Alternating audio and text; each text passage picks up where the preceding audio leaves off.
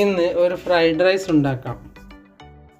അതിന് ഒരു കോളിഫ്ലവർ എടുത്ത് 3-4 പൂക്കൾ പൊട്ടിച്ച് മാറ്റി വയ്ക്കാം. ഇനി ഒരു പാത്രത്തിലേക്ക് 1.5 ഗ്ലാസ് വെള്ളം വെച്ച് അതിലേക്ക് ഒരു നുള്ള് ഉപ്പും ഒരു നുള്ള് മഞ്ഞൾപ്പൊടിയും ഇട്ട് ഒന്ന് ചൂടാക്കിയ ശേഷം ഈ പൊട്ടിച്ച് കഴുകി വെച്ച കോളിഫ്ലവർ ഇട്ട് ഒന്ന് മൂടി വയ്ക്കാം. 10 മിനിറ്റിന് ശേഷം ഇതെടുത്ത് കഴുകിയെടുക്കാം. ഇതിൽ പുഴുക്കളുണ്ടെങ്കിൽ ചാവുകയും ഇതിലുള്ള വിഷാംശം നഷ്ടപ്പെടുകയും ചെയ്യും. അതിനുവേണ്ടിയാണ് ഇങ്ങനെ ചെയ്യുന്നത്. ഇനി ഒരു മുട്ട പൊട്ടിച്ച് അതിലേക്ക് ഒരു നുള്ളി ഉപ്പും കുരുമുളകും ഇട്ട് ഒന്ന് ഇളക്കി മാറ്റി വയ്ക്കാം. ഒരു പാനിലേക്ക് 1 ടേബിൾ സ്പൂൺ സൺഫ്ലവർ ഓയിൽ ഒഴിച്ചു കൊടുത്ത് അതിലേക്ക് 1 ടീസ്പൂൺ പശുവിൻ നെയ്യും ഇട്ട് ചൂടാക്കിയ ശേഷം അതിലേക്ക് ഒരു പച്ചമുളക് മുറിച്ചതും 3-4 അല്ലി വെളുത്തുള്ളിയും ഒരു കഷ്ണം ഇഞ്ചിയും കൂടി ചതച്ച കൂട്ടുമിട്ട് ഒന്ന് വഴറ്റിയ ശേഷം അതിലേക്ക് പകുതി സവാള മുറിച്ചതും ഒരു കാപ്സിക്കം മുറിച്ചതും ഇട്ട് നമുക്കൊന്ന് ഇളക്കിയെടുക്കാം.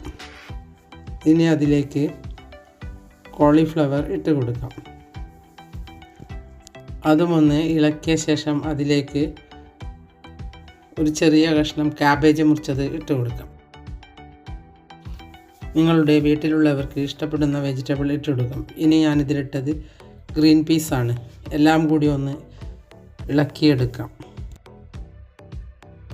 ഇനി ഇതിലേക്ക് ഒരു കഷ്ണം ക്യാരറ്റ് മുറിച്ചതും ഇട്ട് ഒന്ന് ഇളക്കിയെടുക്കാം. ആവശ്യത്തിനുള്ള ഉപ്പ് കൂടി ഇട്ട് ഇളക്കുന്നതാണ് നല്ലത്.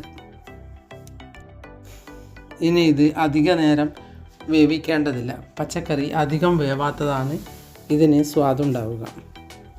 അതുകൊണ്ട് ഇങ്ങനെ ഇളക്കി വേവിച്ചെടുത്താൽ മതി.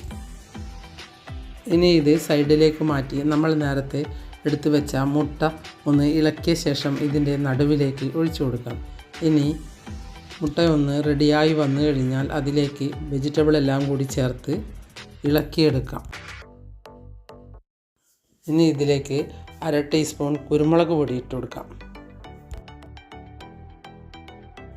അതുമൊന്ന് ഇളക്കിയ ശേഷം നമ്മൾ ഉപ്പിട്ട് വേവിച്ച ചോറ് ഇതിലേക്ക് ഇട്ട് കൊടുക്കാം.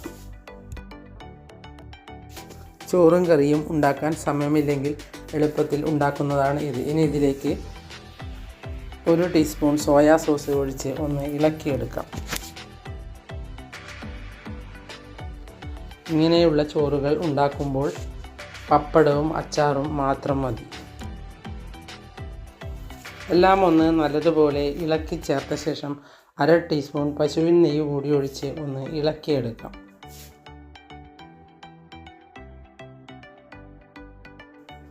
ഇനി കുറച്ച് മല്ലിയില കൂടിയിട്ട് ഒന്ന് ഇളക്കിയെടുക്കാം. തിരക്കുള്ളപ്പോൾ നിങ്ങളും ഇതുപോലെ ഫ്രൈഡ് റൈസ് ഉണ്ടാക്കി നോക്കൂ. ഇനി മുട്ട പറ്റാത്തവരാണെങ്കിൽ മുട്ട ഇടണമെന്നില്ല. എൻ്റെ വീഡിയോ ഇഷ്ടപ്പെട്ടുവെങ്കിൽ ലൈക്ക് ചെയ്യാനും സബ്സ്ക്രൈബ് ചെയ്യാനും ഷെയർ ചെയ്യാനും കമൻറ്റ് ചെയ്യാനും മറക്കരുത്.